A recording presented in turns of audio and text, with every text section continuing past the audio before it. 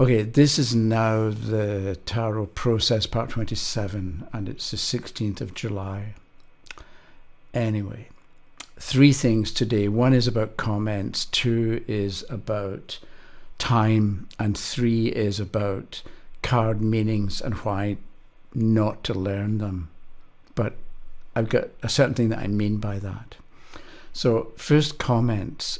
It's awkward, I think, replying to comments on YouTube and in Facebook, because I've got to send it to somebody else, and then the person I'm writing to has to find the comment.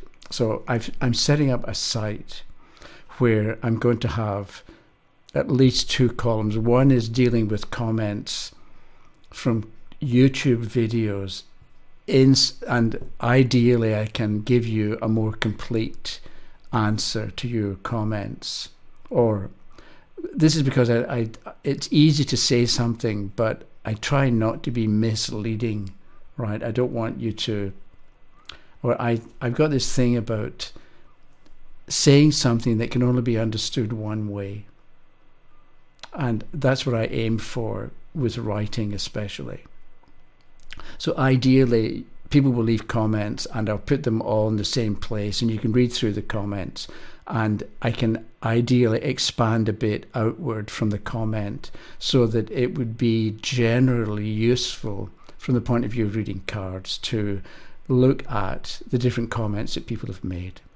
So hopefully in a week's time, when I come back and do the next video, I'll give you the URL for that. Second is time. I was sitting upstairs a few days ago, and I was thinking about time.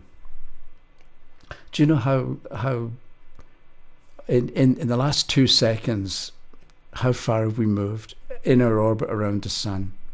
And every second, the Earth moves 19 miles. We move, over the course of a day, we move 1.6 million miles. So yesterday or today seems like the same as yesterday. Maybe there's odd things have changed, but actually we're at 1.6 million miles further ahead, or 1.6 million miles different today than we were yesterday. So instead of thinking about time, maybe what we think about with time is a changing relationship with the sun. And the only way to know this is through the zodiac. So I'm just throwing that out there at the moment, and I'll probably come back to it at different times in different ways. But when I was thinking about time, it occurred to me, just because time passes, or just because there's change, it doesn't mean that we human beings have to deteriorate.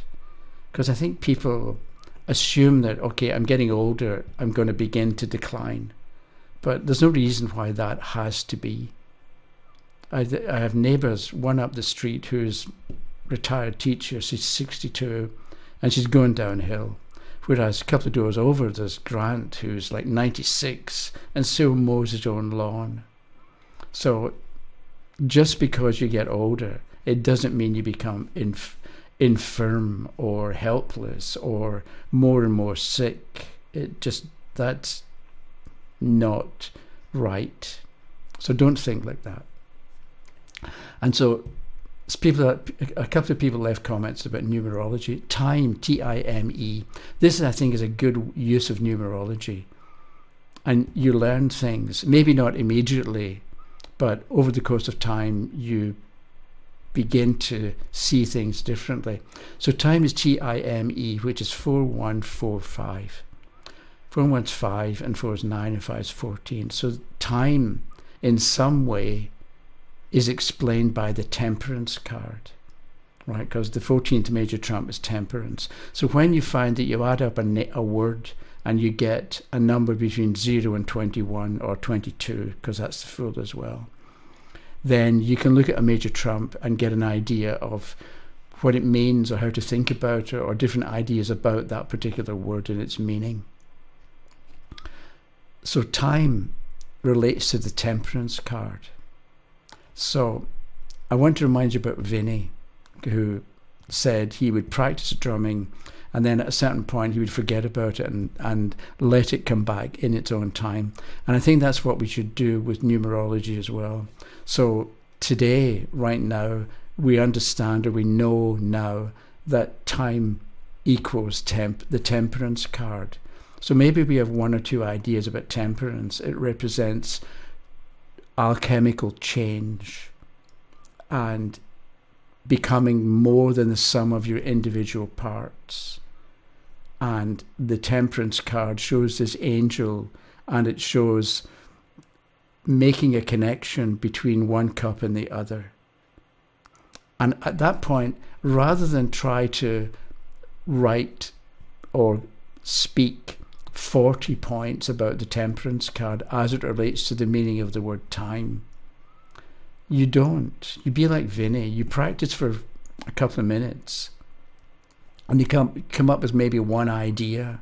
But rather than take that idea and try to develop it fully right from the beginning, you don't. You write down, okay, maybe time represents alchemy. What does that mean? And you put it aside and you let it percolate in your mind, and then maybe a couple of days from now you discover something about alchemy.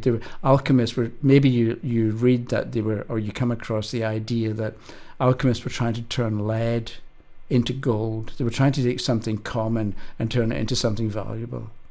So that's what time is about as well. And so you make a note of that and you forget about it, and then later when it pops into your mind again, then you do a bit more thinking about time and temperance.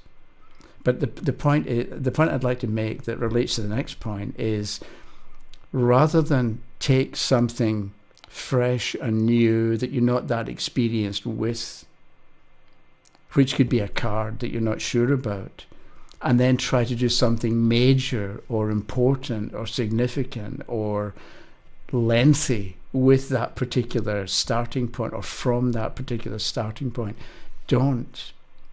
Because you just get into trouble and you go round in circles and you won't learn anything. So what you do is you take an idea and you take one or two small steps with that idea, and then you leave it for a bit and forget about it. And then later you come back to it and you take another couple of small steps. But this time you're on stronger foundation and you're able to build, and you're able to see more. And then you do another couple of little steps, and then you forget about it and come back to it when it comes back to you. Right, rather than you think, well, you can think this if you want, but it's a bit like sometimes you realize you haven't thought about this thing for a while. That's it coming back to you. That's the time to spend some time with it, because it reappeared, because the time is now right to think more about that particular card or word or idea. Remembering that, maybe it's 3 days. We're more than 3 million miles away 2 days from now than we were 2 days ago. Anyway, so that is what I wanted to say about time. And the third thing is about card meanings, because I get lots of comments on, because I made a video ages ago that's saying, don't learn card meanings, do this instead. And so let me see what I think I mean. Okay, so yes, learn meanings in that, let's say the magician represents imagination and originality in beginning things, because it's number one and because it's a magician. By all means, learn that basic kind of meaning.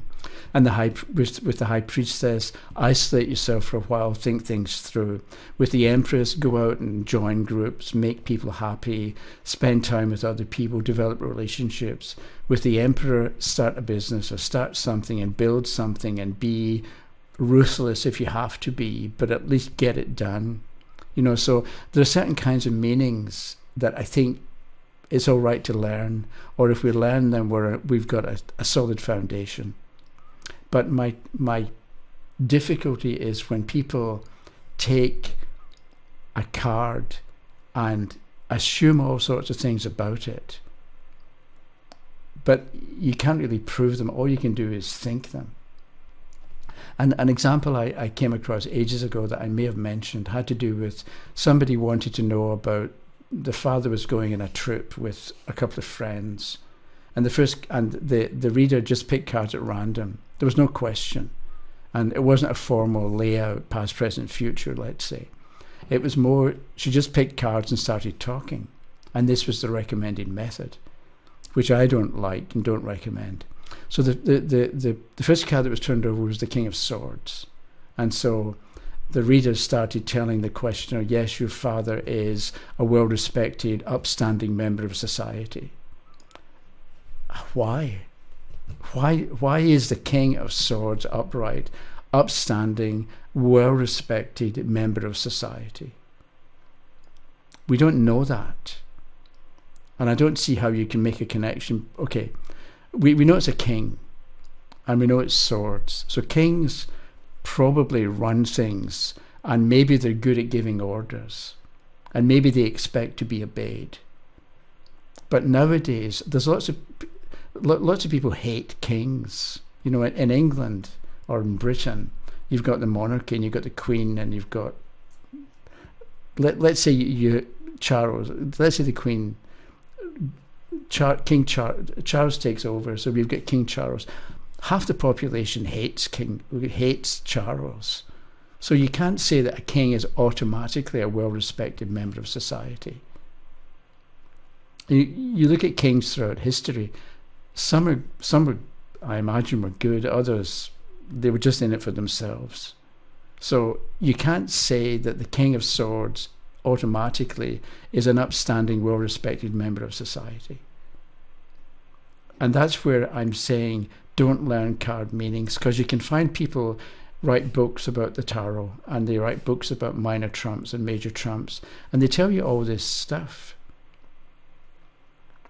And I don't know where they get it from, because it just doesn't make sense, or it's not good enough, let me say. Whereas if you start with it's a king, and do something about kings, what are kings like? They're good at giving, that they care about their subjects. Or a king is a born leader, or is able to lead, right? So if the card represents your future, and you're going to be the King of Swords, you're going to find yourself in a position where you need to lead, or it's important for you to make good decisions, and it's important for you to think about the welfare of the people under you, or the people that you're responsible for, because that's what kings probably should do. Whereas a king reversed, you're not very good at any of that, or you don't care about other people, or you give bad orders, or you have a bad temper and expect people just to obey blindly. So if you take somebody else's conclusion and learn it as the meaning of a card, I think that's where I'm saying don't learn meanings, because what you're doing is you're learning somebody else's conclusion, and it can be their fanciful thinking, it can be their mistaken ideas. Whereas if you start with what we know about the card, let's say with the King of Swords, he's sitting on a throne. Maybe you can do something with that, but all four kings are sitting on thrones. All four queens are sitting on thrones. So I wonder how much significance you can do with the fact that the king is sitting on a throne. Maybe it's an indication of some kind of outer proof that the person is in a position of authority. So maybe they've got a corner office, for an instance.